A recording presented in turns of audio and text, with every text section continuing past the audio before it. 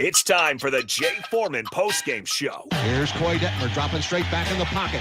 Rifles a pass. It was tipped. It's picked off by Foreman. He's at the 15, 10, 5. He'll score! Look to the left, and he kind of telegraphed it all the way. When the ball was tipped, Foreman's in the right spot. Sponsored by Anderson Ford, Tanner's Bar and Grill, Elway Power Sports of Lincoln, Tavern 180, Vinnie Creekhack of State Farm Insurance, and Action Plumbing, Heating, AC, and Electrical. Here's Fuente dropping back, fires a pass, and it's intercepted by the Huskers at the 25, Jay Foreman. And Foreman takes it down to the 19-yard line of Oklahoma. Another big play by the Black Shirts. On 93.7 The Ticket and theticketfm.com.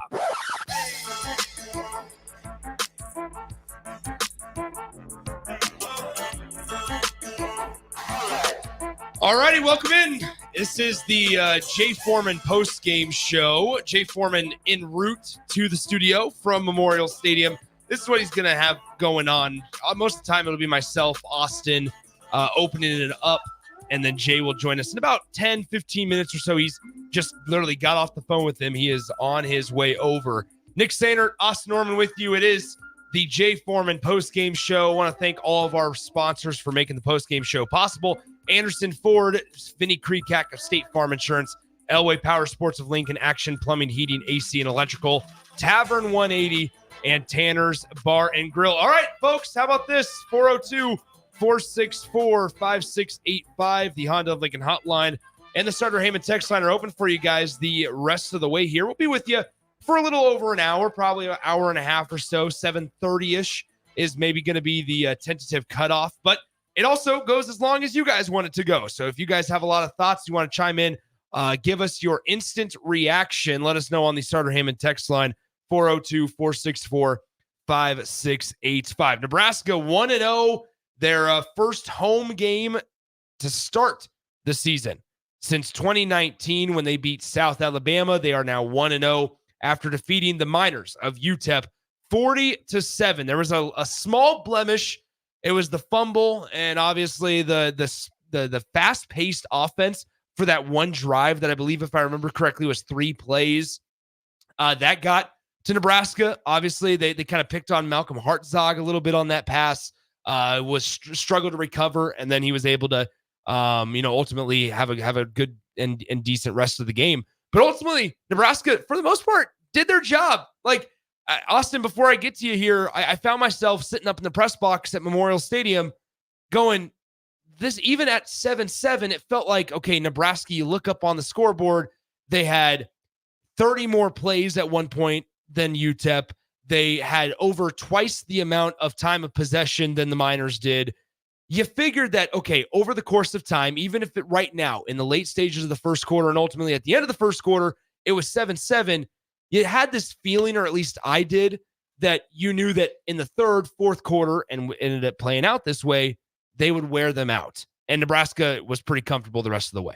Business-like is the word I keep coming back to, right? 7-7 after one quarter. Yeah, not great, but the first drive looked great from Nebraska. A couple conversions. I mean, 2nd and 30 has never looked less daunting. Yeah. 2 plays, it's converted. There's no way Nebraska picks that up last year. Of UTEP's 205 total yards, 30% of them came on those 3 plays in that three-play 63-yard drive, including the long touchdown to, that was Cam Thomas who caught it, the 38-yarder. He was the best player for UTEP all day. He got loose once, right? That's what good players do.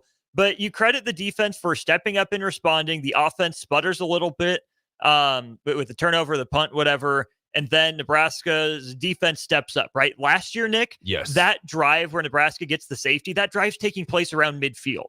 So then the opponent is punting and Nebraska's pinned deep. But instead, the offense does just enough, turns the ball over, punts it back. So UTEP starts down, inside its own 5-10-yard line. Penalty pushes them back a little bit. Then the defense makes a play. They put 2 points on the board. UTEP has to kick the ball back. Then you get Rhule to Nayor for the touchdown, and the Huskers are off to the races. Well, and I turned to a couple of the other media members that were sitting up alongside me up in the press box after the safety, or during, as immediately after the safety. And Nebraska had pretty good field position. I think they started their next offensive drive after the safety punt around like the 45-yard line or so, which the return game was fine today. I mean, we'll dive into that in the special teams a little more, a little deeper in just a few minutes. But they started their drive, if I remember correctly, around like the 45-ish yard line or so. And I sat there thinking, okay, you had some interesting decisions in terms of play calling up to that point, but up 9-7 in the later stages of the second quarter, this is a chance for you to really kind of start separating yourself. And I thought Nebraska did a good job. They started to separate themselves. It was then 16-7 and then ultimately 23-7 and then 30-7 before the halftime break. But Nebraska did exactly what they needed to do. Maybe let UTEP in those middle moments while it was 7-0 and then they allowed the touchdown and it was 7-7. Maybe looked a little lackadaisical or just took their foot off the gas. But then it was like, okay, quick enough. They made an adjustment before it was too late, which is certainly something to hang your hat on. And they separated themselves and never really looked back. Really, the only lull for the offense and the defense was in that mid to late part of the first quarter. Nebraska scores a touchdown on its first drive. UTEP ends up punting. Nebraska turns it over on downs. You get the touchdown from UTEP. You punt, and then you fumble.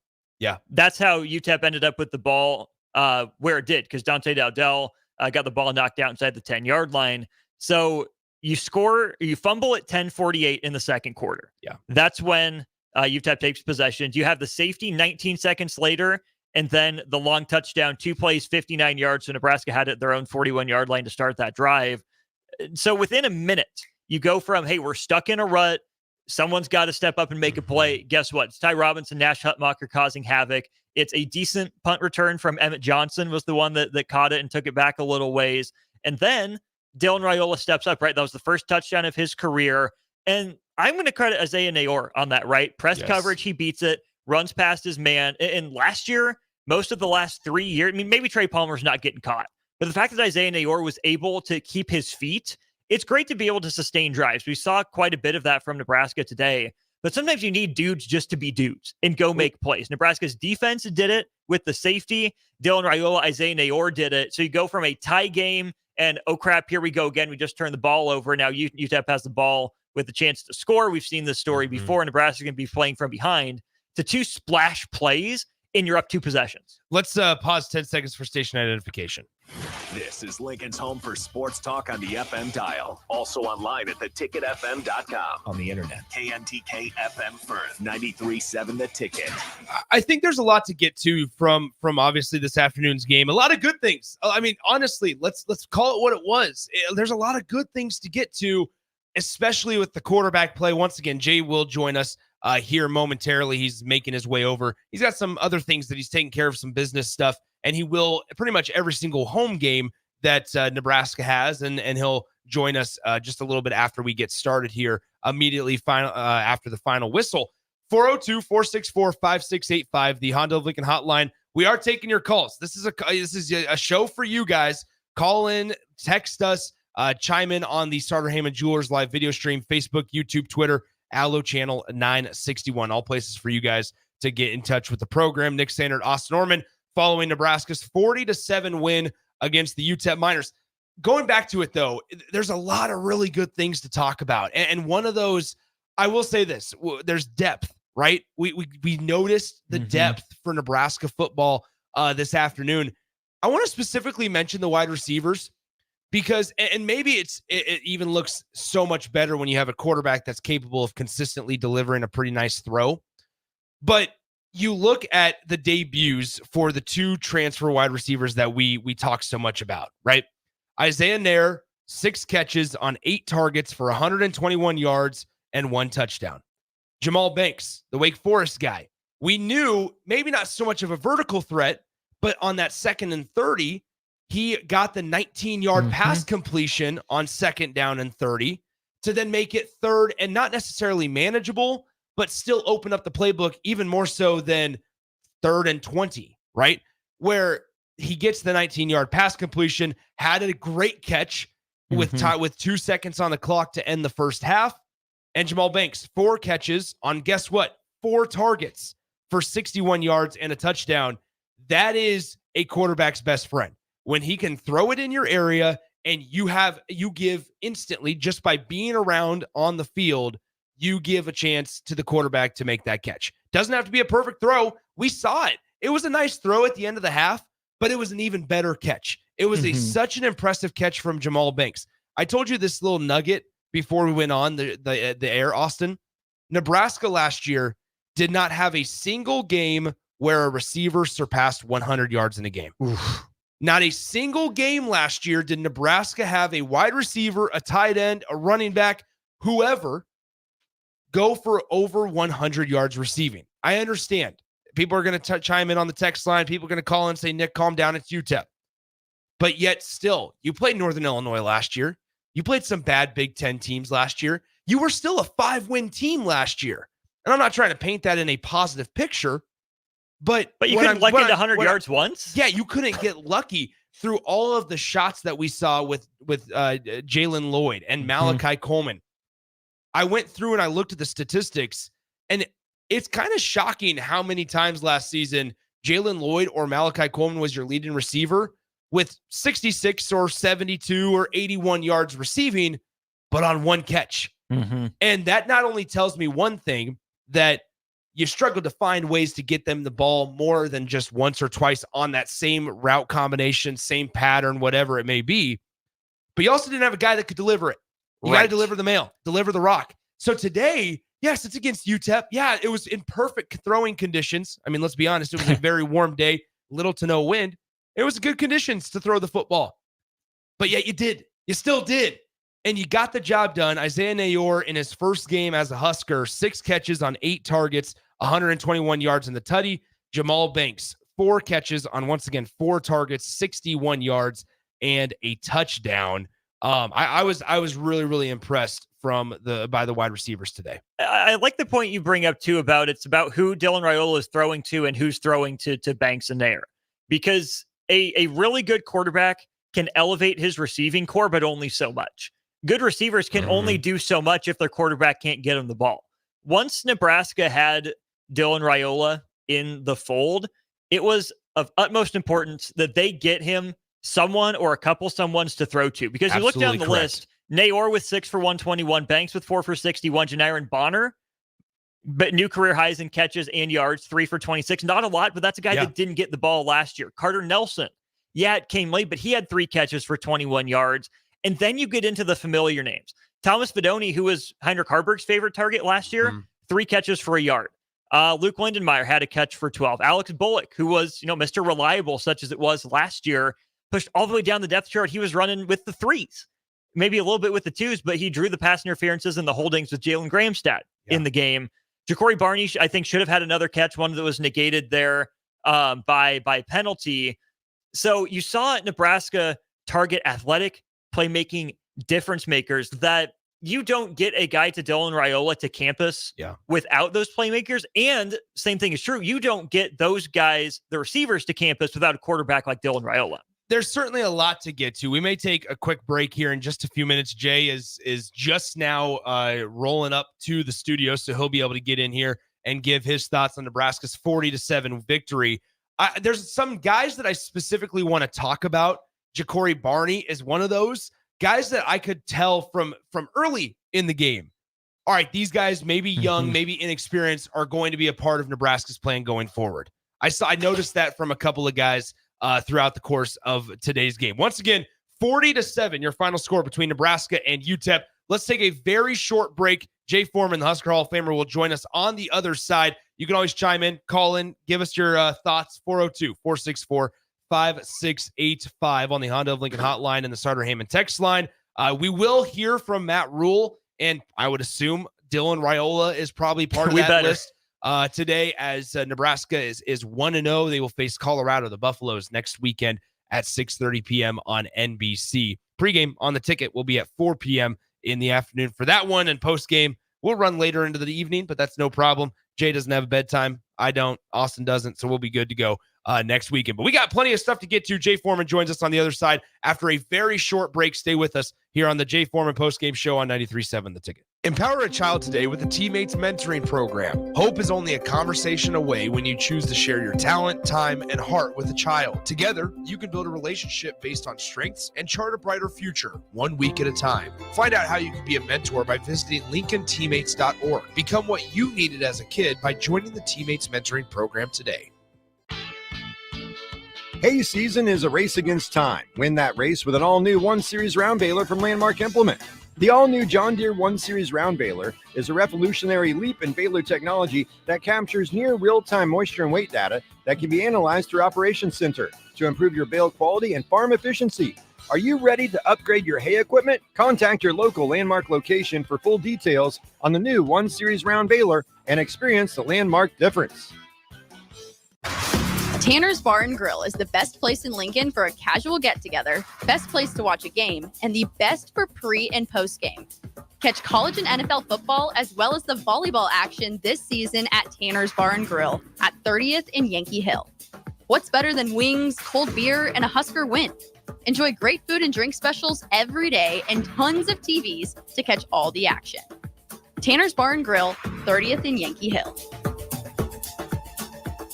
It's game on at Elway Power Sports of Lincoln, Nebraska's premier Kawasaki dealership. Score up to $2,000 off the brand new Kawasaki Ridge.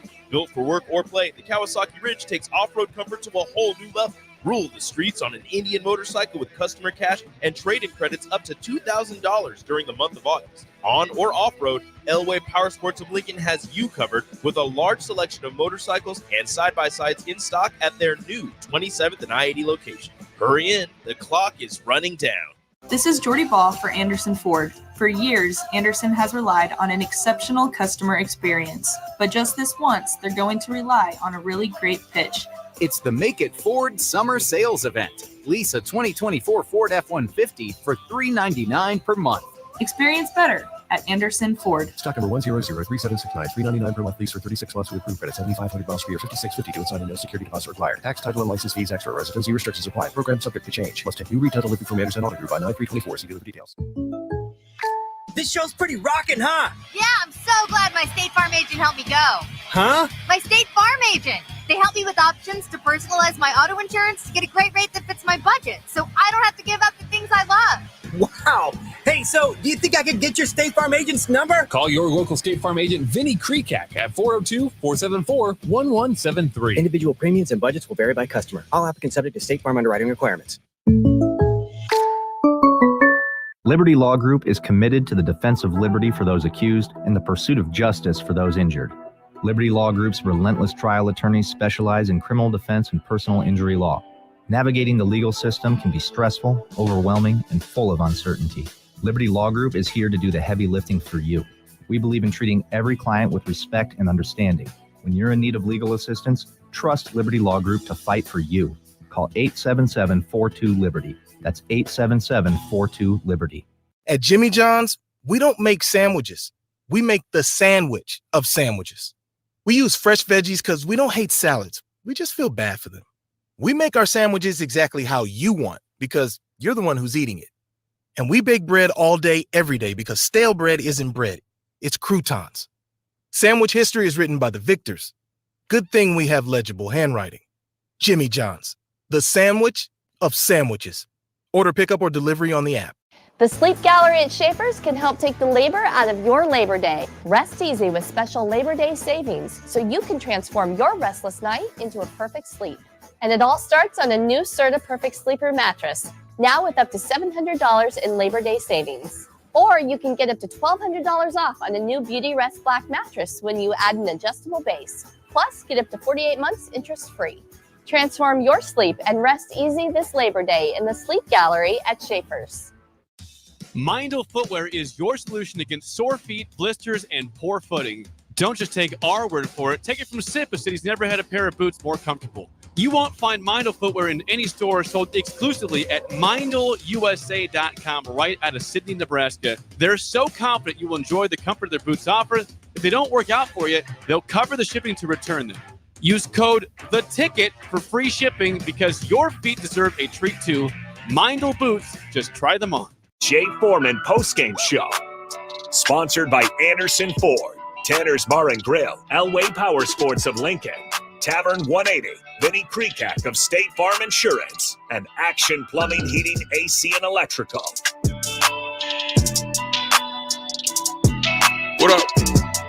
What up, Husker fans? Jay Foreman. Made my way over from the stadium. It's always good to come in to start. This is like foreign territory sometimes for us. The way the cards we've been dealt, but nevertheless, great victory over UTEP. There should be no complaints. But then also the good thing about it is it's always good to go in and correct on the corrections that obviously the coaches will see and the players will see themselves after a victory. And the game, I think, went as good as people could expect with the 18-year-old quarterback. Obviously, he's really, really good. Obviously, you've seen on display today.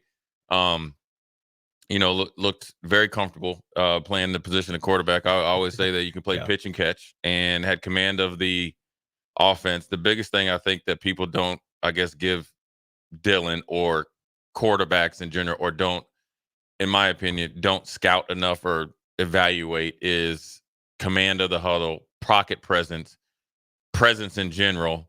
And he has that, kind of like that quiet confidence of, he's a very, good, he's a good kid, a good family and all that stuff.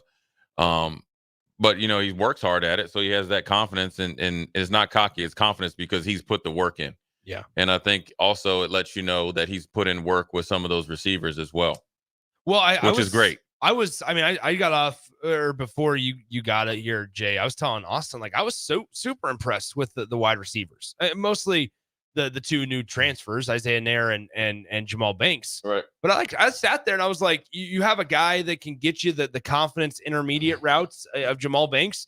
But then one thing that might go unnoticed is that Nair dropped a touchdown in the north end zone that probably should have been. It went through both of his hands. Yeah, you like. It went through both of his hands, and yet then he was able to kind of control his body and on the second chance catch the football and then stay on his feet to then stick around and end up scoring the touchdown. Yeah, obviously the work has obviously been put in at some point in time since Dylan's gotten here with those two, and also with Barney and all the other receivers. But I think the one thing he does is, or did today, and he obviously showed it in the little glimpses at the spring game, is, I'm a big believer. Look, every quarterback at this level has a more than adequate arm, right? Strength. Like, you can take the ball back and just jack it, His accuracy and where the ball placement is huge. And what it allows you to do is it allows the receivers to make maybe a little bit harder catches, 50-50 catches.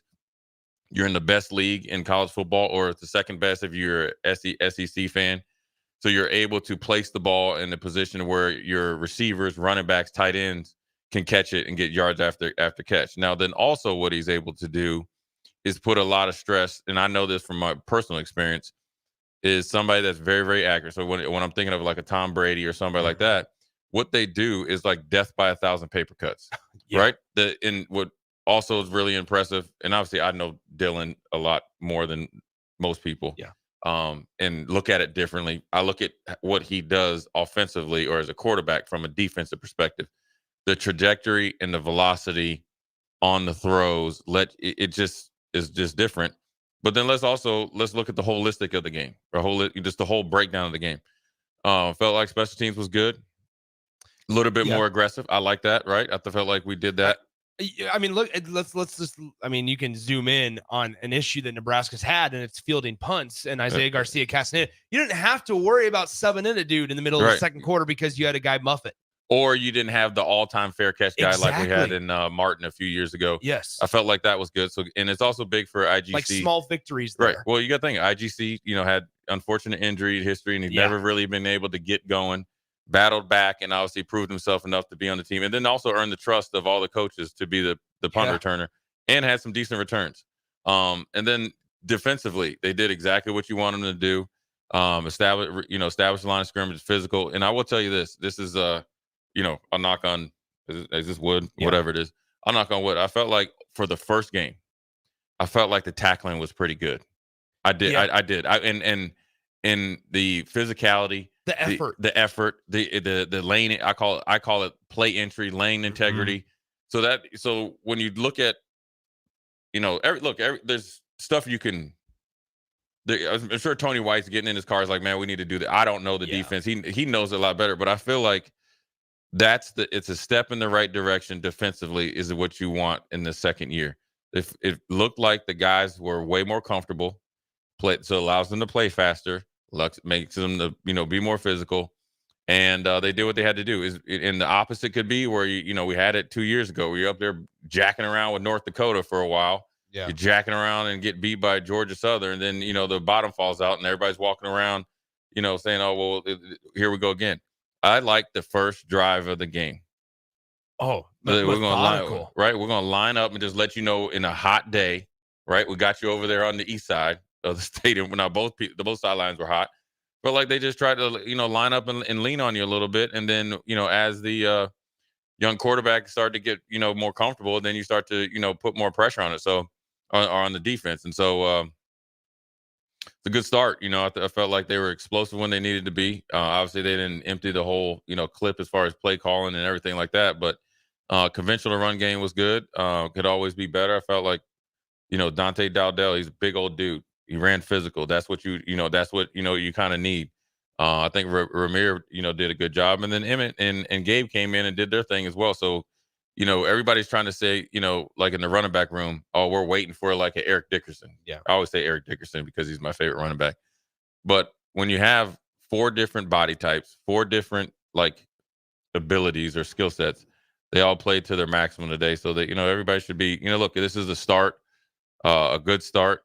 You should be happy and obviously, proud of the effort that you put in. Yeah. But about what time is it now? 6 o'clock, about 10 o'clock, that's when you need to start turning the page, turning the page towards obviously what you need to get better at, and then starting to focus on resetting and getting ready for next week. You mentioned that first drive of the game. And so 6 minutes, right? Yes. Ramir Johnson was the first running back out there. And then it also felt though, until the fumble specifically, like Dante Dowdell was starting to try to separate himself. He started to get, you started to see him get into a rhythm. Yeah, that's the thing. Listen, with big backs, that's what is from a defensive perspective. Yeah, that's what you don't want. And he started to get in the rhythm. It was a great play by UTEP. I'm sure Dante wants to have that back, and obviously, something that needs to be addressed, considering that we have a lot of scar damage from years past as far as the fumbles. But I felt like he got a couple carries after that, and he recovered. I think the running backs look pretty good. I felt like it's a spotlighted group, just because you don't have absolutely the foregone conclusion that you have a bell cow, but I felt like they all answered the bell today. And I will tell you this for everybody, this is a funny thing.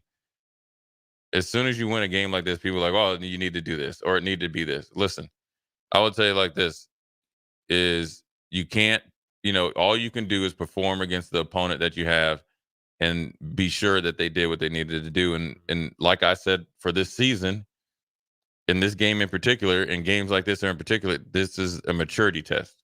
Can the guys be mature enough to show up, play against a faceless opponent, even though you have somebody out there and play to a standard that's, as close or even better than excellence? I was somewhat surprised, and not to be too nitpicky here, but like I was a little surprised after Nebraska's opening drive of the game. We just talked about it, right? It was, if I can find it specifically here, Nebraska went 72 yards on 12 plays, took up 5 minutes and 54 seconds of time off the clock, and ended up obviously scoring a touchdown there. I was surprised then to see their next drive be not even conservative. I think that was when they actually took some shots, or excuse me. They ran it 3 straight times with Ramir Johnson. Mm-hmm. He didn't get anywhere. Mm-hmm. And the next drive, then we saw 3 shots taken by Marcus Satterfield. If we want him, that's fine.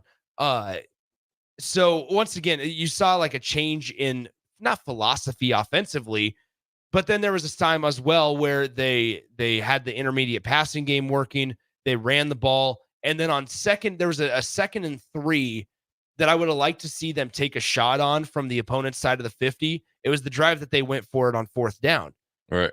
They didn't take a shot. They handed it off to Ramir Johnson. He loses, I think, 1 yard on that play. And then on 3rd and 4, you ran it again with Ramir, only to then not get the first down, or the converted on 4th down also. Yeah. It was interesting where it's almost like, okay, the first drive was too good to be true because it's scripted a lot of times. and you have an idea of how you want things to work and look. And it kind of caught me by surprise, and it's just not even worried me, but I was like, okay, now let's see how they respond later in the game when it's not scripted and when they got to figure out the rhythm. Yeah. And they did a pretty good job. Yeah, and you just never know how many plays are scripted. It's the whole Bill Walsh thing. I think he used to do the first 15 or whatever. I've played on teams, defensively. Now this is obviously more in the preseason, so forth and so on, where we would script, the first quarter or the first 8 series or something like that. So you just never know. And look, as you're moving, in this first step or this first brick that you laid forth, everybody's getting into game shape. Coaches, players, and everything like that. So, but like you said, or like we said, this is a game that you can feel good about, that you handled your business, showed that you have some maturity and some growth from last year. No matter what happened in the past, that you can't. Let's focus on right now. This is not, putting our head in the sand and not recognizing stuff that happened. I mean, I guess, even last year, but I'm not going to hold any coach accountable for something that happened 2 or 3 years ago.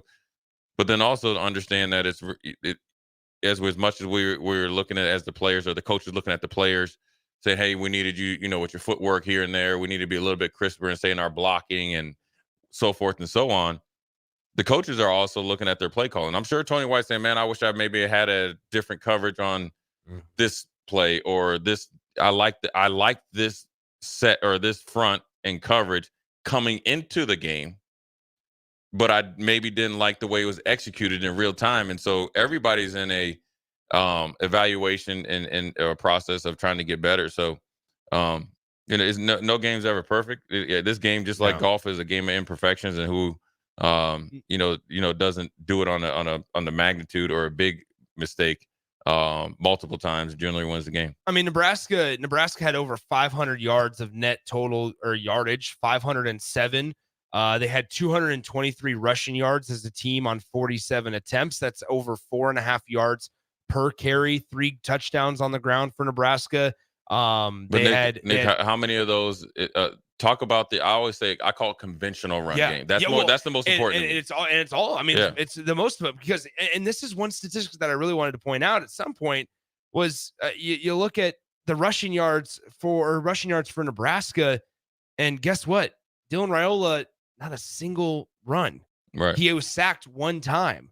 And the sack wasn't great, obviously, but it was also just kind of a broken play. It didn't really look good from an offensive line standpoint from the start on that specific play. But there was no designed quarterback run with Dylan Rhule. Like, and it's everything from a conventional standpoint, conventional and consistent passing attack with a quarterback that throws it as well as probably we've seen in a Nebraska uniform ever. Okay, potentially ever. Yeah, right? I don't think anybody's ever thrown it better than him. Then at least in the last decade specifically.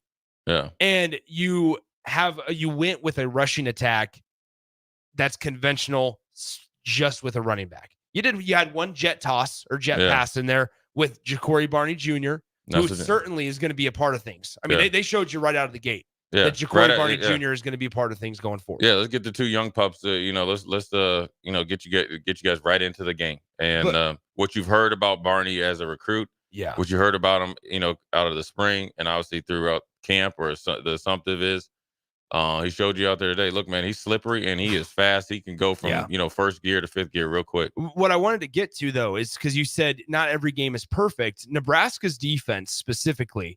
Nebraska, as I was comparing like the stats, the cumulative stats over the course of the ball game, Nebraska, they had 30 first downs as a team. They converted 30. They allowed just 12. I was telling Austin J that there was a point in the first quarter where I looked up and it was 7-7. And most of the time, I think in the last couple of years, especially, you get nervous or anxious as a fan when it was 7-7. But I was looking over at the scoreboard and seeing the statistics of, all right, Nebraska has double the amount of time of possession. All right. They have double the amount of plays called offensively. Yeah. Maybe on the field and in the point column, they're not winning, but you knew, and just from being a Power 5 team versus a Group of 5 team in UTEP, that it would eventually be in favor of Nebraska, and it ended up being. And even at 7-7, you didn't find, I think, a lot of Husker fans truly concerned about what the outcome would be. Here's what I wanted to say. Nebraska's defense was really, really good 47 of their 50 plays. Yeah. And it was just that 3-play drive that they sped it up, and Nebraska just wasn't ready. Wasn't ready for it. But then also, the good thing about it is a learning experience, because you got to, that's something that as a coach, you're going to say, okay, well, this is what we did good. This is what we did so, and this is what we have to get better at, like, overnight, because we have to expect Colorado or any other team in the future to try to go back to that. I don't think a team is going to do that 100%. Because if you go and just want to look at Colorado, that's what they did against North Dakota State when they really started to churn out yards in that first and second quarter. So, I think it just comes down to communication and everything, everybody getting on the same page. But, the biggest thing for me, I wanted to take out of this game, where I think I felt more comfortable, is the first drive, right? Methodical, physical, right? That's exactly what Matt Rhule said he wanted to do, right? Yeah. Doesn't matter who it is. You gotta have a, you gotta say it, you gotta practice it, you gotta believe it, and you gotta do it. And then defensively, all I felt like UTEP wasn't going to be a really downhill run team physical. I was more not concerned, but I was going to evaluate third down percentage, which they did really well. And then that is tied into, Nick, communication. Because right off the get-go, what did UTEP do? Came out, four or five guys onto one side. 4 or 5 guys on one side, shifted 3 or 4 over, then one came back. What they wanted to do, they wanted to test your principles, right? And we talked about maybe at the second level, 2 young, inexperienced linebackers, but they, have an opportunity to start. Let's see how well you can communicate. And they knocked it out of the park. So that lets you know that Nebraska, just their base principles of how do we handle trips? How do we handle quads? How do we handle no backs with 5 receivers?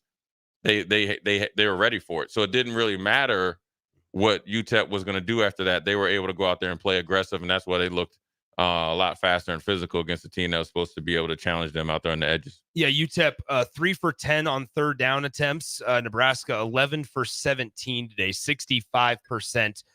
Here's the big one that I want to get to after the break, before Jay, you send us to break.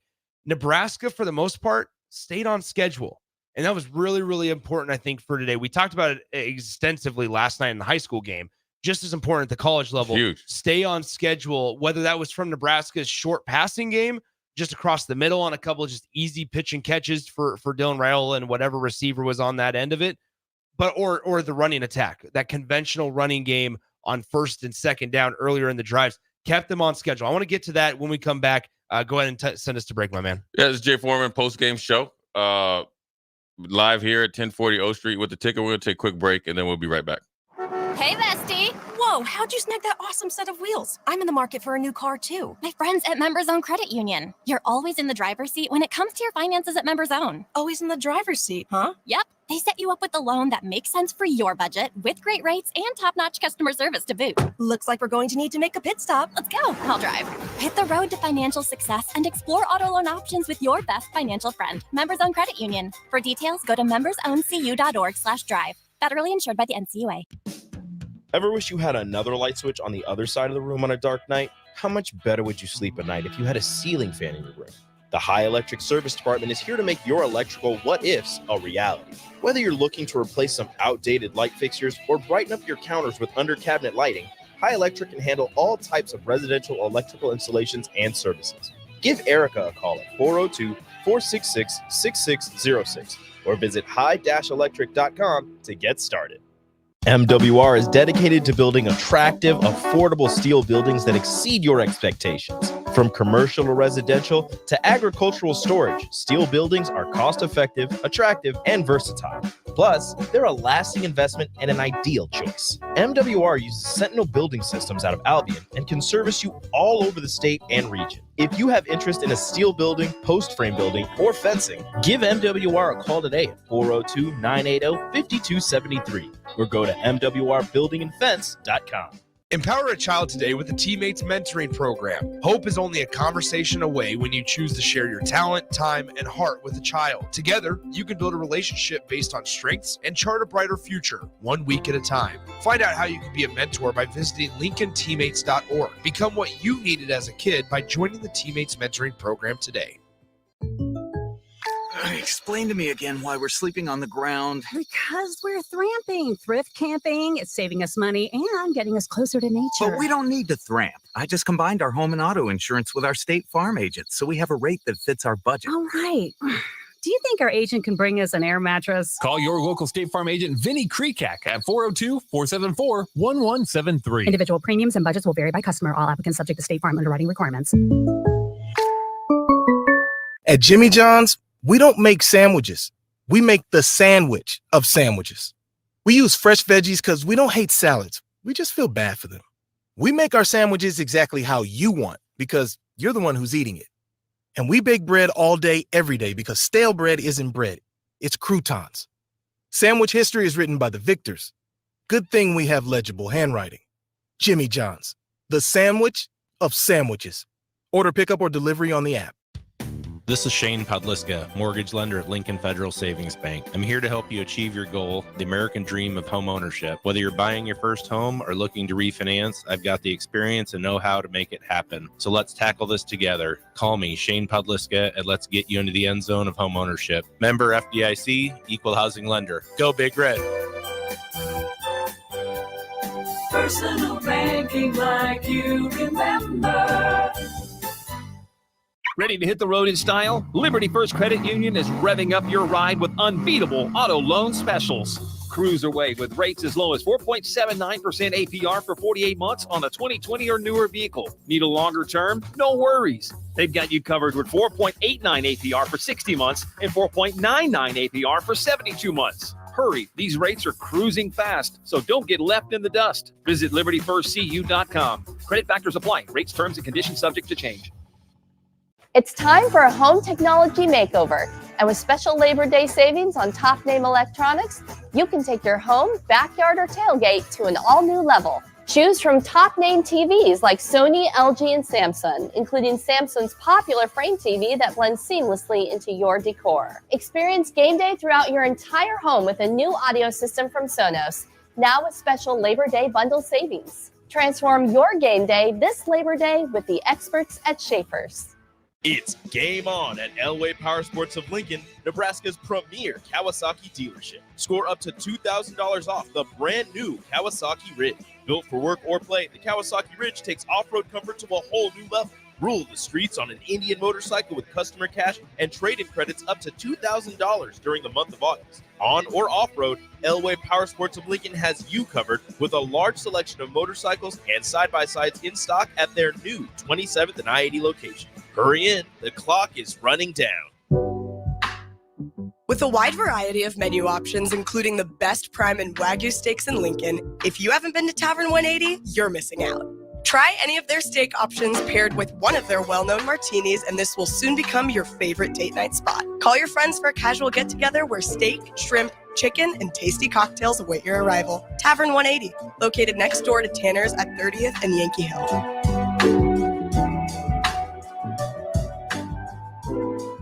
This is Jordy Ball for Anderson Ford. For years, Anderson has relied on an exceptional customer experience. But just this once, they're going to rely on a really great pitch. It's the Make It Ford Summer Sales Event. Lease a 2024 Ford F-150 for $399 per month. Experience better at Anderson Ford. Stock number 1003769, $399 per month lease for 36 months with approved credit, 7,500 miles per year, 56.52 and signing no security deposit required. Tax, title, and license fees extra. Residency restrictions apply. Program subject to change. Must have new retail delivery from Anderson Auto Group by 9/3/24. See dealer for details. Hey, Nebraska football fans, it's defensive lineman Ty Robinson, and I've got a winning play for you with Action Plumbing, Heating, AC, and Electrical. Team up with Action and install a new Bradford white water heater in your home. And if we win the conference championship this season, you'll get a full refund. Don't fumble this opportunity. Sack your old water heater this season and score big with Action. Visit actionlincoln.com/Huskers to learn more. Promotion valid for a limited time. Terms and conditions apply. See website for details. Jay Foreman Postgame Show. Sponsored by Anderson Ford, Tanner's Bar and Grill, Elway Power Sports of Lincoln, Tavern 180, Vinny Krekak of State Farm Insurance, and Action Plumbing, Heating, AC, and Electrical. There's a lot of good things in the game, obviously. There's a lot of things we have to clean up. One drive exposed us a little bit, just the tempo. They do such a great job with their tempo, and they're aggressive. I really like their team. We wanted to give all of our guys a chance to play, but didn't want to embarrass them. Wanted to give Jalen, Grams had a chance to throw the ball some, and they competed to the end. I really like their team, but I'm happy with it for our guys to come away with the win and get all those guys in the game. You heard it there, Matt Rhule.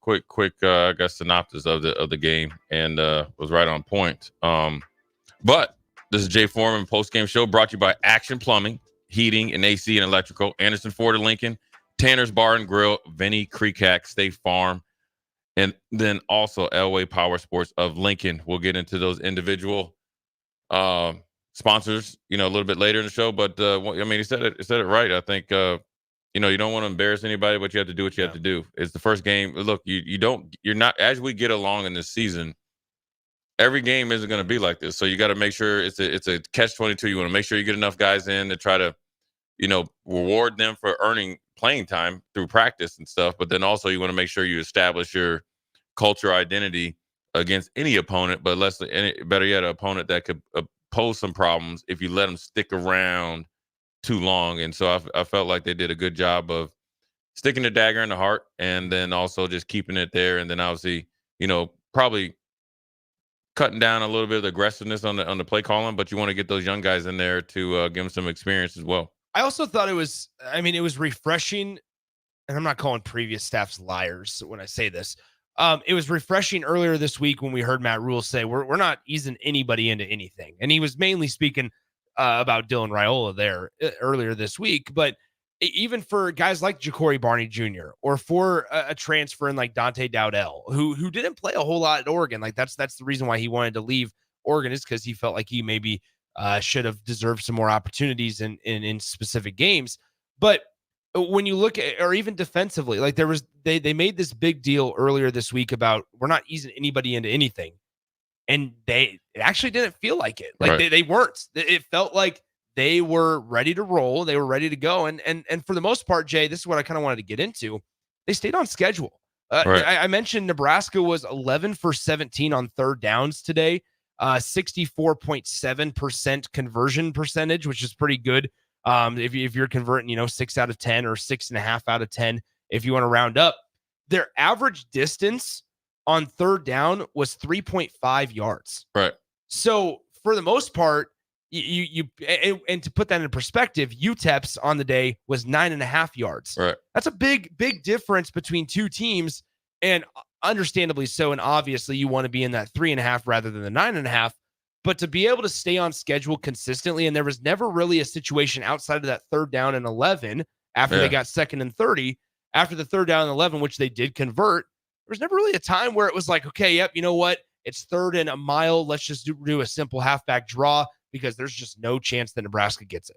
Yeah, more importantly, Nick, part of staying on schedule and on time is the lack of penalties, and so that lets you know right. that you talk about previous staffs or whatever. We can let's just deal with what Matt Rhule said he wanted to address in the offseason. The self-inflicted wounds, the penalties, pre-snap penalties, all that they wanted to actually, obviously evaluate it, address it, and make it an importance. Now, this is the first game, first of 12.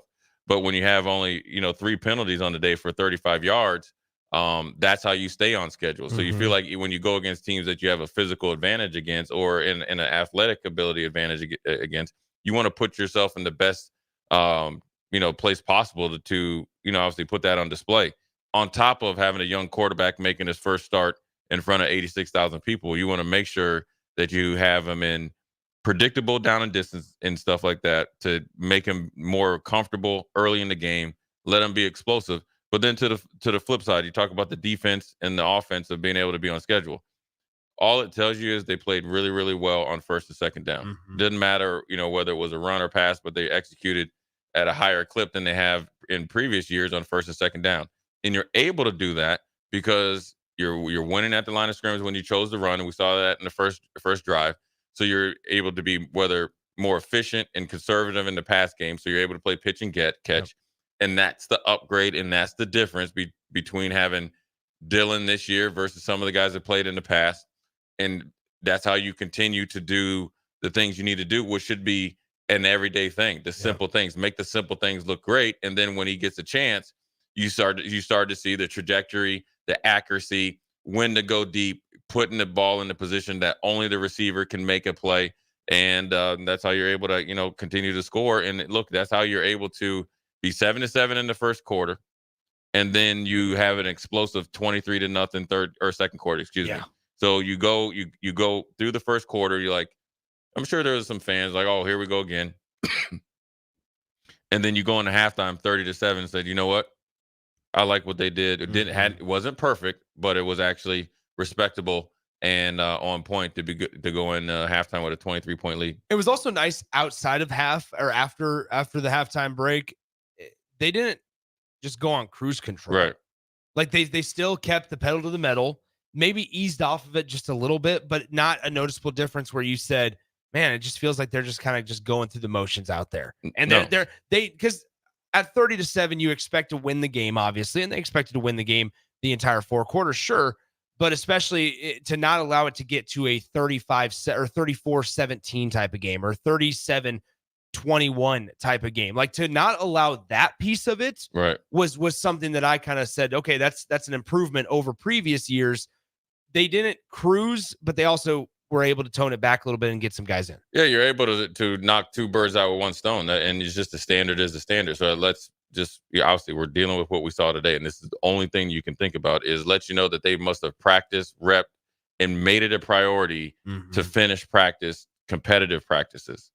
And that's not taking a shot at anybody prior, but I'm just talking about what all you can go off is what Matt Rhule said at some point in time, right? Procedure penalties, fumbles or turnovers, and we want to be able to finish. We want to start fast and finish. People got into like, oh, do you want to start fast and not finish? He said what he was saying exactly is what happened today.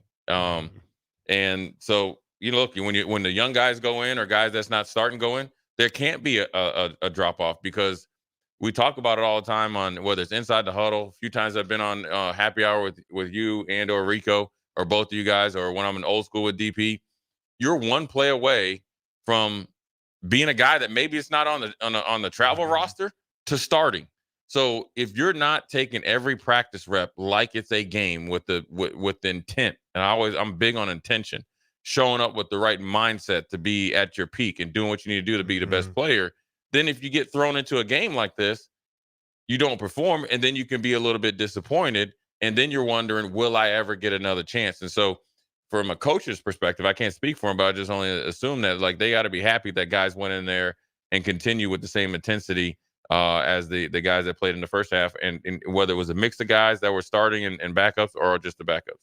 Nebraska had, by the way, 12 big plays. Big plays are quantified as rushes of 10 or more yards and then pass completions of 15 or more yards.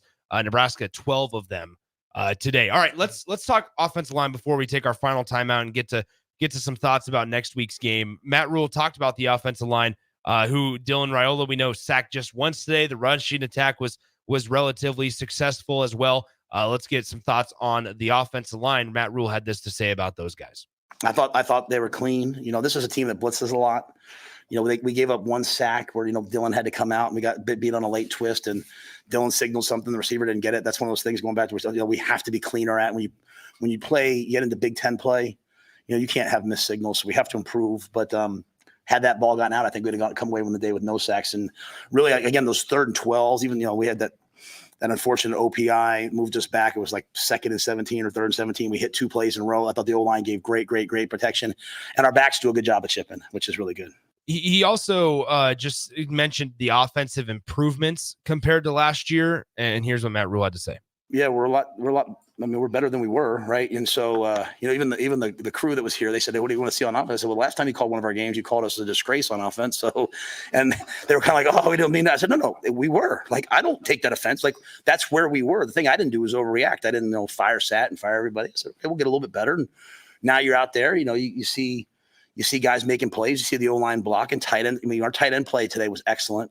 They had some catches, but they had a lot of key blocks. So, our check game, the ability to, check runs was so much better.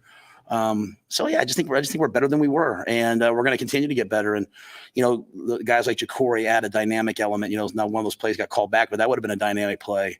The big receivers made some plays, so we're just better. But we have to get a lot better moving forward. All right. So once again, he mentioned the tight ends. Thomas Fidone had 3 catches on 5 targets for just 1 yard. They tried to get him on I don't know if it was a rub route or whatever it was to the near or to the flat on a 4th down conversion, just didn't go anywhere. But he had 3 catches on 5 targets. Carter Nelson came in late, played some decent snaps offensively, 3 catches for 21 yards on 3 targets as well. But he's more listed as that slot receiver, similar to a Janiran Bonner. Offensive line, though, Jay, what were our thoughts on that? Look, I think that it's another step in the right direction for him, man. You got a lot of guys that played a lot of plays. They started to show some continuity last year, I felt like. And, like Coach Rhule said, it's a when you play a team like UTEP, they're going to do things. They're going to stunt. They're going to slant. They're going to shift. They're going to stem the stuff, and then they're going to try to heat. First of all, if I was playing against a freshman quarterback, I'm blitzing. Okay, and I'm blitzing from all different angles. Yes, we might get beat on some, but I'm trying to confuse him and force him into untimely mistakes. And so, for the most part, it felt like it was a pretty clean game. There wasn't.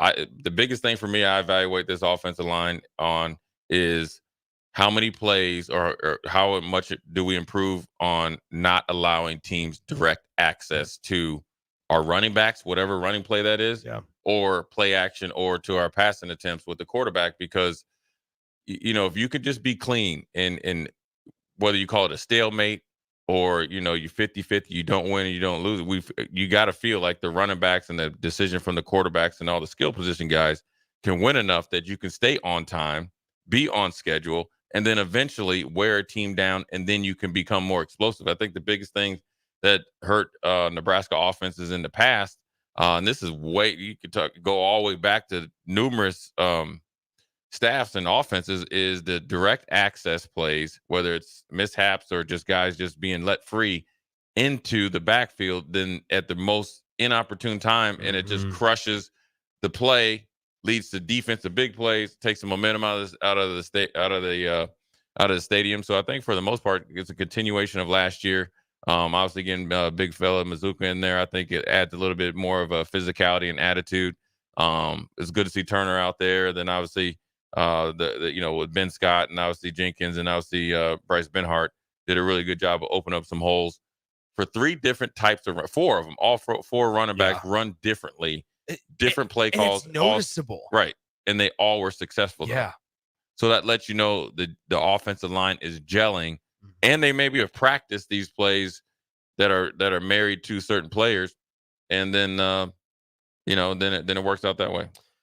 We got a lot to get to regarding next weekend's game. 6:30 p.m. kickoff for Nebraska, Colorado. Jay, I say we take our final timeout, break that down, say what Nebraska needs to focus on going forward, and wrap it up for a Saturday. Yeah, this is Jay Foreman Postgame Show, again brought to you by Action Plumbing, Anderson Ford of Lincoln Tanners, Vinny Kreekak and Elway Power Sports of Lincoln. We're going to take a quick break, come back. We're going to talk about those Buffaloes. Those pesky Buffaloes are going to come down here with Deion Sanders and crew, and then we got to welcome them to Lincoln and give them a fresh butt kicking. But we're going to take a quick break, and we're going to figure out how we're going to do it, and then Nebraska can go to execute it. We'll be right back. Tanner's Bar and Grill is the best place in Lincoln for a casual get-together, best place to watch a game, and the best for pre- and post-game. Catch college and NFL football as well as the volleyball action this season at Tanner's Bar and Grill at 30th and Yankee Hill. What's better than wings, cold beer, and a Husker win? Enjoy great food and drink specials every day and tons of TVs to catch all the action. Tanner's Bar and Grill, 30th and Yankee Hill. Mindel Footwear is your solution against sore feet, blisters, and poor footing. Don't just take our word for it. Take it from Sip, who said he's never had a pair of boots more comfortable. You won't find Mindel Footwear in any store, sold exclusively at MindelUSA.com right out of Sidney, Nebraska. They're so confident you will enjoy the comfort their boots offer. If they don't work out for you, they'll cover the shipping to return them. Use code THETICKET for free shipping because your feet deserve a treat too. Mindel boots, just try them on. At Jimmy John's, we don't make sandwiches. We make the sandwich of sandwiches. We use fresh veggies because we don't hate salads. We just feel bad for them. We make our sandwiches exactly how you want because you're the one who's eating it. And we bake bread all day, every day, because stale bread isn't bread. It's croutons. Sandwich history is written by the victors. Good thing we have legible handwriting. Jimmy John's, the sandwich of sandwiches. Order pickup or delivery on the app. This is Jordy Ball for Anderson Ford. For years, Anderson has relied on an exceptional customer experience. But just this once, they're going to rely on a really great pitch. It's the Make It Ford Summer Sales Event. Lease a 2024 Ford F-150 for $399 per month. Experience better at Anderson Ford. Stock number 1003769, $399 per month lease for 36 months with approved credit, 7,500 miles per year, $56.50 due and signing, no security deposit required. Tax, title, and license fees extra. Residency restrictions apply. Program subject to change. Must have new retail delivery from Anderson Auto Group by 9/3/24. See dealer for details. At Action Plumbing, Heating, AC, and Electrical, we're ready, reliable, and recommended. Water heater acting up or your sump pump on the fritz? Call Action. Summer's around the corner. Is your AC working? Are you sure? Call Action. Electrical problems? I'm telling you, call Action. Call Action for a free same-day estimate or a trusted second opinion. You heard that right, a free same-day estimate. 402-423-6960. ActionLincoln.com. Hay season is a race against time. Win that race with an all-new 1 Series round baler from Landmark Implement. The all-new John Deere 1 Series round baler is a revolutionary leap in baler technology that captures near real-time moisture and weight data that can be analyzed through Operations Center to improve your bale quality and farm efficiency. Are you ready to upgrade your hay equipment? Contact your local Landmark location for full details on the new 1 Series round baler and experience the Landmark difference. Lincoln Federal Savings Bank, personal banking like you remember. Home. It's more than a place, it's a feeling. This is Eric Bertrand with Lincoln Federal Savings Bank. If you're looking for a place to call home, call me. Let's review your financing options and get you into the home of your dreams. Proudly serving Husker fans. Personal banking like you remember. Member FDIC, Equal Housing Lender. I can't believe I just scratched that card. Find my insurance card. Dude, what do you have in this glove box? Ew, are these socks dirty? Oh, forget about the socks. I need my insurance card. Just pull it up on the State Farm mobile app. But I can do that? Oh, hey, I can do that. Yep, it's called service. I can file a claim on here too? Yeah, it's called service. Whoa, I can call my agent too? It's called service. Call your local State Farm agent, Vinny Krekak, at 402-474-1173. This is Jordy Ball for Anderson Ford. For years, Anderson has relied on an exceptional customer experience. But just this once, they're going to rely on a really great pitch. It's the Make It Ford Summer Sales Event.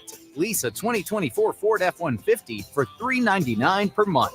Experience better at Anderson Ford. Stock number 1003769, $399 per month lease for 36 months with approved credit, 7,500 miles per year, $56.50 due and signing, no security deposit required. Tax, title, and license fees extra. Residency restrictions apply. Program subject to change. Must have new retail delivery from Anderson Auto Group by 9/3/24. See dealer for details. Empower a child today with the Teammates Mentoring Program. Hope is only a conversation away when you choose to share your talent, time, and heart with a child. Together, you can build a relationship based on strengths and chart a brighter future, 1 week at a time. Find out how you can be a mentor by visiting LincolnTeammates.org. Become what you needed as a kid by joining the Teammates Mentoring Program today. Follow the Huskers to the City of Angels when Nebraska plays at USC in November. Book your official Nebraska alumni travel package at HuskerFanTravel.com. Choose from 2 or 3 night options that include a downtown LA hotel, exclusive welcome event, game day transportation, and the official Husker Huddle pregame party. Add on game tickets for an optional upgrade. Transportation to and from LA not included. Join the official Nebraska alumni trip to see the Huskers play at USC. Spots are limited, so book your trip now at HuskerFanTravel.com. It's game on at Elway Power Sports of Lincoln, Nebraska's premier Kawasaki dealership. Score up to $2,000 off the brand new Kawasaki Ridge. Built for work or play, the Kawasaki Ridge takes off-road comfort to a whole new level. Rule the streets on an Indian motorcycle with customer cash and trade-in credits up to $2,000 during the month of August. On or off-road, Elway Power Sports of Lincoln has you covered with a large selection of motorcycles and side-by-sides in stock at their new 27th and I-80 location. Hurry in, the clock is running down. This is Lincoln's home for sports talk on the FM dial. Also online at theticketfm.com. On the internet. KNTK FM Firth, 93.7 The Ticket. Jay Foreman Postgame Show.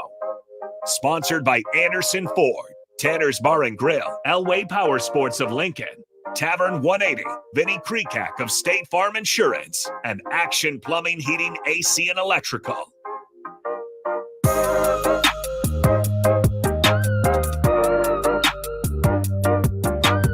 What up? This is Jay Foreman Postgame Show, brought to you again by Action Plumbing and Heating, AC, and Electrical. Anderson Ford of Lincoln, Tanner's Bar and Grill, Vinny Kreekak, State Farm, and Elway Power Sports of Lincoln. We appreciate their support.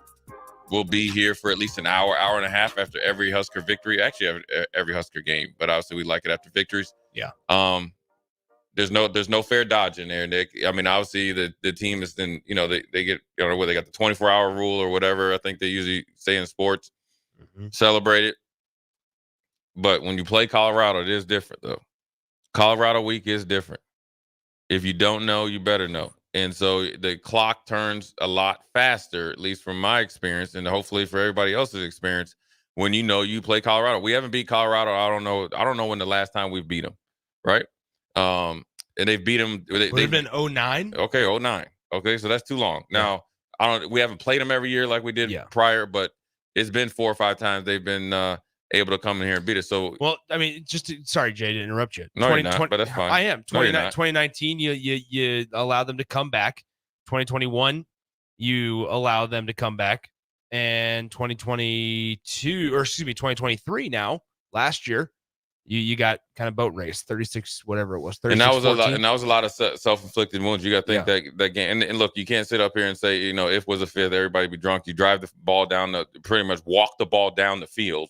And then the quarterback just dropped the ball and looked at it, right? That's a turnover. So I think it was a lot of and plus it was your second game on the road with a whole new, staff and all that other stuff. So, but Colorado week is different. It should be more intense. It should be meaning more. Do we know who that is? No. Oh, okay. It should mean more. And it's just a different type of feeling. And so you got a team that's coming in with, quite frankly, probably the best player in college football, Travis Hunter. Easily one of the top, if not the top quarterback in college football, and a plethora of other athletes, and coming in with swagger, and they have the leg up as far as the last few times they played Nebraska, and obviously in particular last year. And so you have to do the things that you did good today, and you have to do them to a little bit better magnitude, because you got to figure that you're going to get Colorado's best shot, best opponent we're going to play to date, obviously. And, look, all the talking and all that stuff, that's going to be Monday through Friday. Come Saturday night, it's on. It's got to be on. Nobody can play that game besides the players. Now, granted, the coaches and stuff got to put you in the best position to do so, but you got to lock in. You do have to turn the page quicker. This is not just another game. It's going to be on a national spotlight. Yeah. They got a very famous coach. Quite frankly, he's the best defensive back ever to play. He has a big personality, and so do all his kids and everybody else on the team. You got Warren Sapp and everybody else. And so don't try to act like this is not another game. This is what you come to Nebraska for. This is what everybody coaches at Nebraska for. This is the big game, not just to participate and win the media week, right? I think sometimes prior staffs, they felt like, since the game day came here, we were back.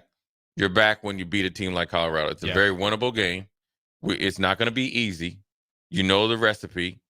Line up and punch them in the mouth. And then also they have shown you over the last few years, right, Nick? Correct me if I'm wrong. They are willing and able to give up big plays. Yeah. They are willing and able. Here's what I would say. Here's what I would do. I can't tell anybody what to do. I would obviously conventional run game is going to be great. But I would not hesitate to study the players, the tendencies from Colorado State last year. Right? Well, no, I mean, that's the thing. That's where I think Nebraska will have a little bit of an upper hand in, is the discipline piece. Oh, yeah. The discipline piece. Because we saw it on Thursday against North Dakota State. And Jay, I don't know if I told you this. It was kind of shocking at the end of the game, or towards the end of the game. It was getting a little chippy. Shadur was right in the middle of all of it. And the one dude that was breaking it all up was the true freshman, Jordan Seaton. Yeah. It was that guy. So I'm sitting here going, and I continue to think about, all right, next Saturday, if both teams are 1-0 and it's a close game and it's chippy and the fans are riled up, which they will be. It's going to be Nebraska's 398th consecutive sellout. Like, you sit here and you go, Nebraska, they will have an upper hand in the discipline, penalty flag, like those type of penalties, I'm saying, that department, if they just don't do anything stupid. Yeah, and then also you got to go out there and beat them. Yes. And also you would like your quarterback, that's for Colorado, to be cool, calm, and collective. This isn't, the whole thing of the bravado and all that stuff. The game's won in between the lines. You let your pads do your talking. Let your pads do your talking. And just like every other opponent that want to lead with their mouth, once you start hitting them in the mouth and keep continuing to do it and finish and compete, they will break. They've shown you they will break. Everybody that played them last year has broke Colorado from a mental standpoint, a physical standpoint. Yeah. So that should be the mindset. You need to have a little bit of big man from LSU when he was talking about USC. We're not here to be on whatever network it is. We got to show up for a fist fight. NBC, Colt McCoy back in town. Don't care, Jay. Don't. You know what? Welcome you, Colt McCoy. Yeah. It's a big weekend. I mean, it is. Colt McCoy. It's a big weekend for Nebraska fans. It's a huge opportunity for Nebraska, right? You took care of mission number 1. Yep. No, you're 1-0. Yeah. Yeah. Listen, this is what you want. This is what you expect. And it's set up for Nebraska to take advantage of. There you go. All right. Well, I feel very confident about that. Go ahead. I feel very confident. I got a sneaky little feeling that Colorado might just get the brakes beat off them next week. I will say we were pretty bold. We were both pretty close on our score predictions. I had 41-10. You had 45-7 or 45-13. Well, it should be in the future. It must be why we're on the postgame show together. There might be a show that we might be able to help you make some money. Anyways, Jay Foreman postgame show again. Action Plumbing, Anderson Ford, Tanners, Vinny Kreekak, Elway's Power Sports of Lincoln. Appreciate your support. Look forward to you next week after victory. Go Huskies.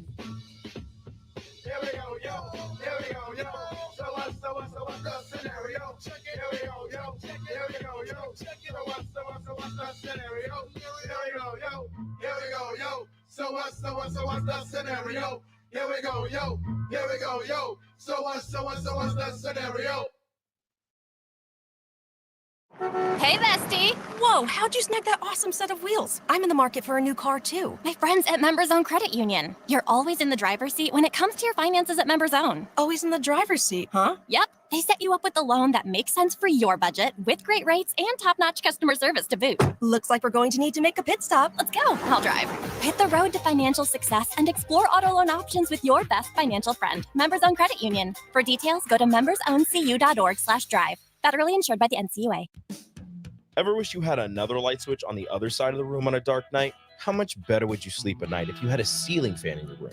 The High Electric Service Department is here to make your electrical what-ifs a reality. Whether you're looking to replace some outdated light fixtures or brighten up your counters with under-cabinet lighting, High Electric can handle all types of residential electrical installations and services. Give Erica a call at 402-466-6606 or visit high-electric.com to get started. At Jimmy John's, we don't make sandwiches. We make the sandwich of sandwiches. We use fresh veggies because we don't hate salads. We just feel bad for them. We make our sandwiches exactly how you want because you're the one who's eating it. And we bake bread all day, every day because stale bread isn't bread. It's croutons. Sandwich history is written by the victors.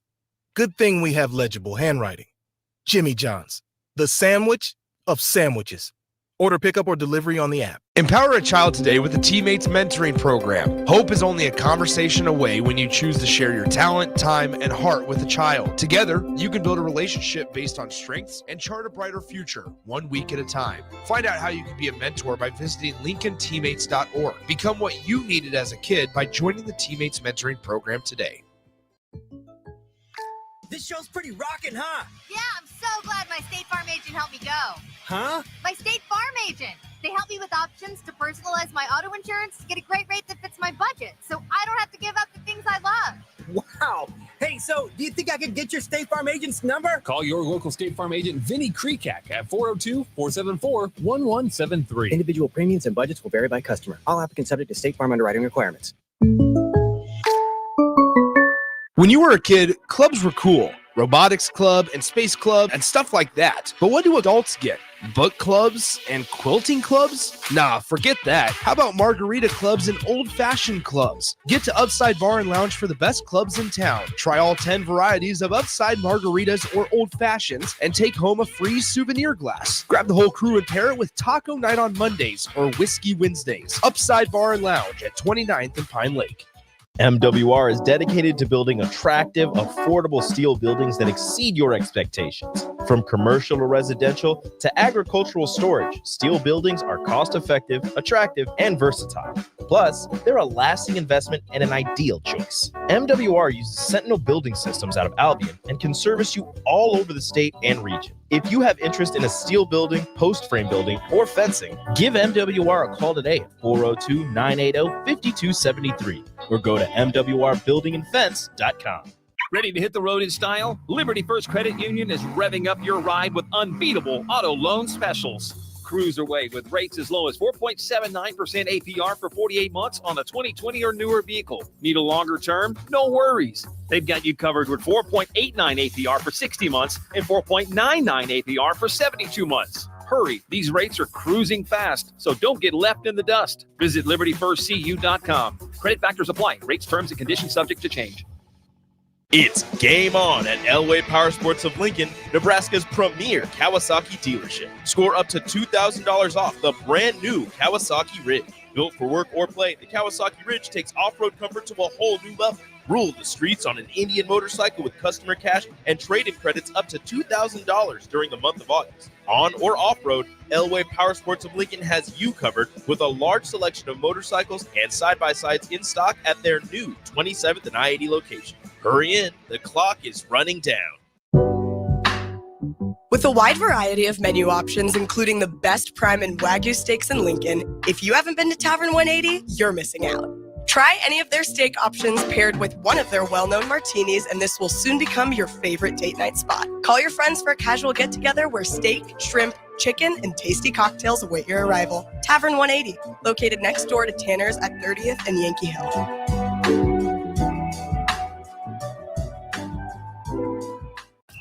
Hey, Nebraska football fans, it's defensive lineman Ty Robinson, and I've got a winning play for you with Action Plumbing, Heating, AC, and Electrical. Team up with Action and install a new Bradford white water heater in your home. And if we win the conference championship this season, you'll get a full refund. Don't fumble this opportunity. Sack your old water heater this season and score big with Action. Visit actionlincoln.com/Huskers to learn more. Promotion valid for a limited time. Terms and conditions apply. See website for details. Lincoln Federal Savings Bank. Personal banking like you remember. Home. It's more than a place, it's a feeling. This is Eric Bertrand with Lincoln Federal Savings Bank. If you're looking for a place to call home, call me. Let's review your financing options and get you into the home of your dreams. Proudly serving Husker fans. Personal banking like you remember. Member FDIC, Equal Housing Lender. Back to the Ticket Postgame with Jay Foreman on 93.7 The Ticket and theticketfm.com. No Jay Foreman, no Nick Sainer. Appreciate those guys taking you through the first hour or so of postgame. Boss Norman Harrison Orange with you here for the next 15, 20 minutes or so. Nebraska takes down UTEP, final score of 40-7. 5 sponsors to thank for our postgame coverage. We love each and every one of them. Action Plumbing, Heating, AC, and Electrical. Anderson Ford of Lincoln, Tanner's Bar and Grill, Vinny Kreekak with State Farm, and Elway Power Sports of Lincoln. Make sure you check them out. Tell them the Ticket sent you, right? We appreciate them, their partnership with us, making us able to bring you post-game coverage after every Nebraska football game, not just the home games. Great day for football today. If you didn't get a chance to swing by downtown and you're coming through for one of the next 3 games that are all at home or at any point this year, make sure you stop by 1040 O Street. Stop in, say hi to us. We will be live with pregame 2.5 hours before every game. Nick and Jay will go live immediately following the game. And then some of the rest of us Yahoos will be hanging out here for a little bit as well. Stop by, say hi. The energy is great in downtown. The streets, the sidewalks are still packed. And Harrison, that I think is the first point to mention here, is that the streets are packed. People are happy. They're walking by. It's not delirium. They're not going crazy. They're not overhyped. They're just normal, happy college football fans. It's been a while since we've had that feeling in Lincoln. Yeah, we're happy. We didn't have to start off. I mean, week 1, week 0 has just been gut wrenching 4 years in a row. I mean, it's just been absolutely miserable. I think really the one in Dublin was really the cream of the crop on just rough starts of the college football year. But yeah, I mean, it feels great. You guys are welcome to text in. Let us know how you're feeling, 402-464-5685. But you walk into the season and everything just went how it was supposed to. You were the better team on paper. There was a few things now you could say it wasn't great with Dowdell, who had the one fumble there. But for the most part, you still win the turnover battle. Or at least, was it positive or was it even? You were +1. Plus one? Okay, and they don't count the safety, right? They do not. Matt Rhule wants them to, but they don't. So yeah, that's even better. So yeah, I mean, it just feels like everything kind of went according to plan.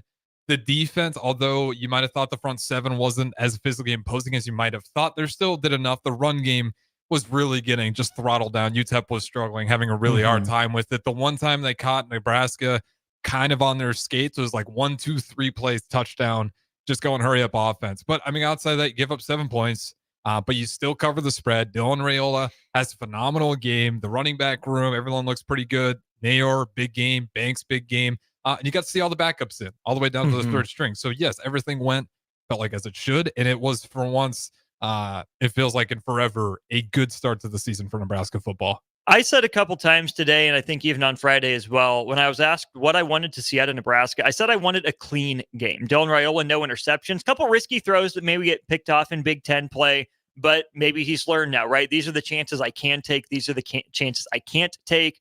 No turnovers from him. Good sign. Heinrich Harburg also took care of the ball in his action. Jalen Gramstad did the same. The one fumble from Dowdell, I mean, he had like 4 guys on him. Yeah. Got to take care of it. Got to find a way to take care of it, especially inside, not just the red zone, but inside the 10-yard line. But something else that stood out to me, Harrison, looking at the final stats here, Nebraska gets into the red zone 5 times. They score 4 out of the 5 times. The only one they didn't, of course, that Dante Dowdell fumble. But they rush for 3 touchdowns. I get it. UTEP isn't a huge team. Nebraska should have overpowered them, and they did. But how many times have we seen Nebraska grind to a halt inside the 20? The Huskers found a way to capitalize once they got in that prime scoring position. Yeah, me and Bach talked about that, I believe, on the second pregame show. Yeah, the red zone woes for Nebraska have been horrible. And it's not hard to figure out what happens when you don't have a quarterback that you trust to throw the ball. You get to the red zone, they're going to load up the box. You really got to fight for every single inch. Having Dylan Rhule in there, and also I just think the tight end room continues to really be impressive on top of the wide receiver. You just now have more options and you're more versatile. Like if you're any of the teams who played us last year, why would you freak out over the passing game? I mean, you're just going to load up the box. You're going to be looking at Harburg's eyes, figuring out, okay, play action. He's probably still not going to want to go out there and throw the ball. So I just think the predictability for Nebraska is going to really help solve a lot of these red zone woes. Now, having a quarterback who looked really good in game 1, I just think having that depth of not being such a stuck in the mud offense that everybody knows what you're trying to do, it's going to be good going forward. I don't think we're going to see, times like last year where we just consistently get to the red zone and comes to a grinding halt. I think we got some options there. So it should really pan out well for us. Colorado is going to be interesting though, because I don't think Colorado is going to be able to stop the run very well either. I mean, at this point, when do you even start thinking about Colorado? I mean, we just had a good week 1. Right now. Okay. Bring them on. That's me, at least. I mean, you want to celebrate the win because, like you said, it's been since 2019, since Nebraska opened the season, not just at home, but with a win. That was against South Alabama, pretty similar to what Nebraska had here today. There's a quote from Dylan Rhule. I don't know if it's pulled up, but I think he was asked about the conversion on 2nd and 30, right? You get from 2nd and 30 to 3rd and 11. What was kind of the thought process of the offense in that moment? How were they able to convert from 2nd and 30? 2nd and 30, Austin Orman. I'm going to be honest. I don't know. I might have mislabeled it. Either way, basically what he said was we kept our poise. We didn't panic, right? We moved on to the next play, and that was that. Harrison, last year, 2nd and 30 would have felt like, why don't we just punt now? Let's not even risk trying to turn the ball over. There's no shot at picking this up. But on 2nd and 30, there's the 19-yard completion to Banks, and then the 14-yard completion to Nayor.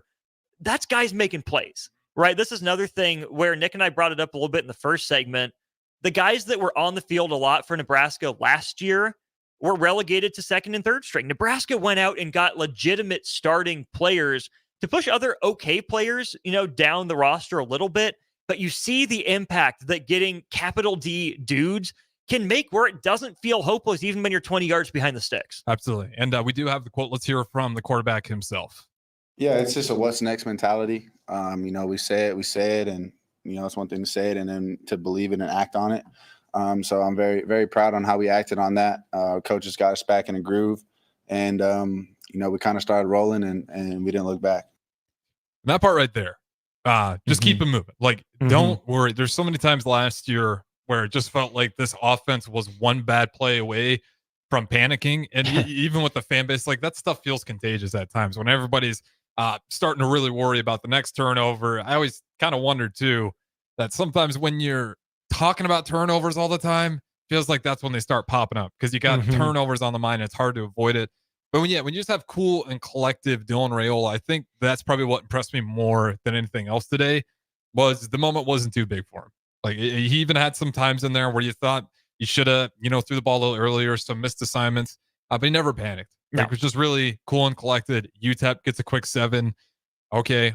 You don't see him go out there on that next drive and try to just force everything he can to get those 7 back on the board. Like, just be methodical. And you end up getting 23 points as a result, just in that second quarter alone. So, like, the first quarter, it's kind of slow. You're shaking things off. You only get 7. The second quarter comes around. You're feeling loose. But the difference is you didn't try to force anything earlier when it wasn't just hitting as efficiently as you wanted to. So then the second quarter, everybody's comfortable, loose. You get 23. Second half comes, and we're already talking about the second, third string. 507 total yards for the Husker offense, 284 of them through the air, including 238 in Dylan Raiola's debut. On the running game here at Harrison, Emmett Johnson, 8 carries, 71 yards. Dante Dowdell, 8 for 55, a touchdown and a fumble. Ramir Johnson, 11 from 50. Gabe Irvin, 6 for 24. Your thoughts on the 4-man rotation at running back? I thought, I really wasn't expecting anything else. Does this clean up going forward? I think so, absolutely. I don't think we're going to be seeing all of these guys in here. But for this game, I'm not surprised at all. I will say Dante Dowdell is the only one that surprised me just by the amount. I thought he would be probably towards the bottom in terms of carries. I really thought it was going to be Emmett Johnson, the quote-unquote bell cow, even though I do feel like this is going to be at least some sort of a 2-man running back committee. I don't think we're ever just going to have the one guy. But yeah, and then with Gabe Irvin, what I like about Irvin is he just gives me Gus Edwards. Like, that's what I think about. Like, awesome. I just think of the Baltimore Ravens, and the way Irvin plays is just, you get to the goal line, you put Irvin in there. He's not going to do anything fancy. He's not going to try a bunch of moves. He's just going to put his head down and give you 2 yards. That's all you need. So I like it. It feels like we have a committee, and how deep we run into that committee, how often we go. We have a bunch of guys that are kind of experts on a little bit of everything. So we got, obviously Gabe Irvin. He's great in those red zone. Emmett Johnson, he's a little more shiftier. And then Dante, I think he's just going to be a great receiving back. And then Ramir Johnson's just been impressive. Stuck it out through all those injuries, and then obviously had some unfortunate situations. He's just kind of always been lightning in a bottle. And I hope this is the season where you get to see it on a consistent basis. I'm with you. Ramir Johnson had the nice spin move, broke a couple tackles there on his way to a first down. I believe that was his longest run of the day at 13 yards. Dante Dowdell was just steady, right? Nothing longer than 12. The Red Sea opened up for him to walk in for that touchdown early on. Emmett Johnson, I thought he had one more gear to shift into to get going for the touchdown, but hey, credit UTEP. They have athletes too, and they knocked him, caught up to him. Gabe Irvin is the one that really interests me. For a guy that's been injured like him, you're only one play away any given time, but he is clearly the best built of the backs, the combination of the height and the weight, and I think the mindset as well. I wouldn't mind seeing Gabe Irvin with 2 rushing touchdowns today, all short yardage stuff. If Gabe Irvin turns into slightly taller, slightly skinnier Amani Cross, maybe that's his role as the short yardage back moving forward. That's fun. I mean, I'd be down for that if we're going to bring in Cross the shout out. Yeah, I just think he even does feel like a step faster. I mean, there's times where he's always, maybe it just felt like a little slow. Today, again, it's UTEP where we're going to really see what this offensive line can do to create those holes for Irvin and go ahead and get those touchdowns. But what do you think about this for the offensive line? Because we're obviously going to probably be focusing on that left side for the most people. Obviously, when Teddy goes out, that's kind of the big hole everybody's circling. UTEP, I know their defensive front wasn't going to be the team to really test you, but I thought they were pretty solid. I thought the holes were there. And I thought, looking at last year, it felt like they were still consistently on an uptick. Now we're going to really see it. I don't even think probably not till Illinois when we get a real shot to see what does this look like. Cause I think Colorado, they have a couple of guys, but it's not going to be an elite front. And I think Illinois will be really tested. But up until then, what did you think about their performance versus UTEP? It was fine. Nothing to write home about, but nothing terrible. I think that Nebraska's offensive line, generally speaking, did what it should have done. Probably got away with a couple of misses that won't show up in the score sheet in terms of big negative plays. They opened some mighty big running lanes for guys, especially on the touchdown runs. It looked easy a couple times for the running backs, and that's a credit to the offensive line. And Nick and Jay were saying this, and I agree. Yeah, you're going to say, oh, it's UTEP. Oh, they're small. But again, you still proved that you could do it. You have it in you. So now that's the standard that you're going to be held to is, okay, you opened this gap at one point. Where is that again? You've shown us that you can do it. Find a way to make it happen again. Two quarterback hurries and 1 sack is all that UTEP got against Nebraska. So no, the offensive line, I wouldn't necessarily give it an A+ grade, but it's a solid, B grade. I think they did what they were supposed to do, is workmanlike, call it good.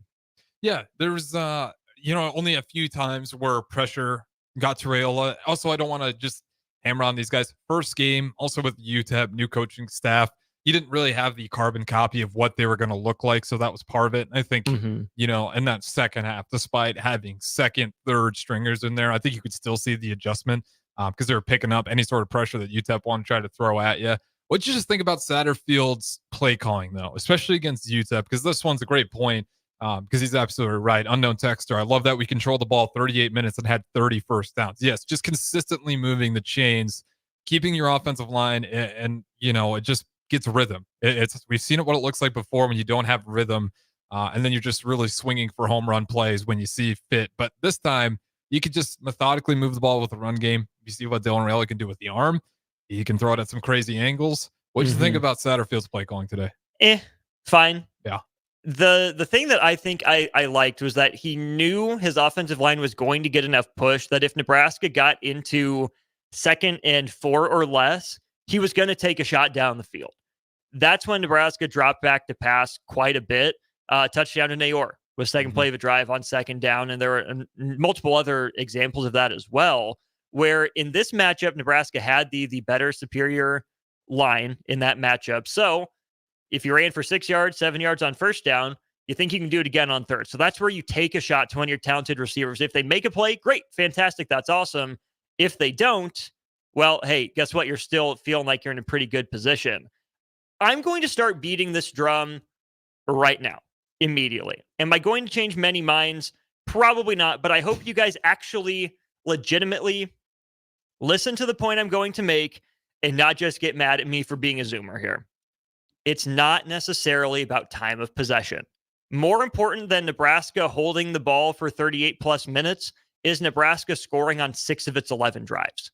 Yes, what North Dakota State did in trying to slow down the game and trying to limit the number of possessions is fine, right? It worked for Georgia Tech against Florida State. Both teams only had 7 possessions. Georgia Tech scored on 1 more possession, and that was the game right there. Here's the thing. Colorado is explosive. We saw it with Travis Hunter. Jimmy Horn is still a problem. They'll probably find something in the running game. And you can't write a quarterback with the accuracy and consistency of Shadur Sanders off. Nebraska's defense needs to come up big next week, but Colorado's going to hit a few big plays. The reason that I'm going to start beating this drum is that people have said for 6 years now, the way to beat Patrick Mahomes and the Chiefs is keep the ball out of his hands.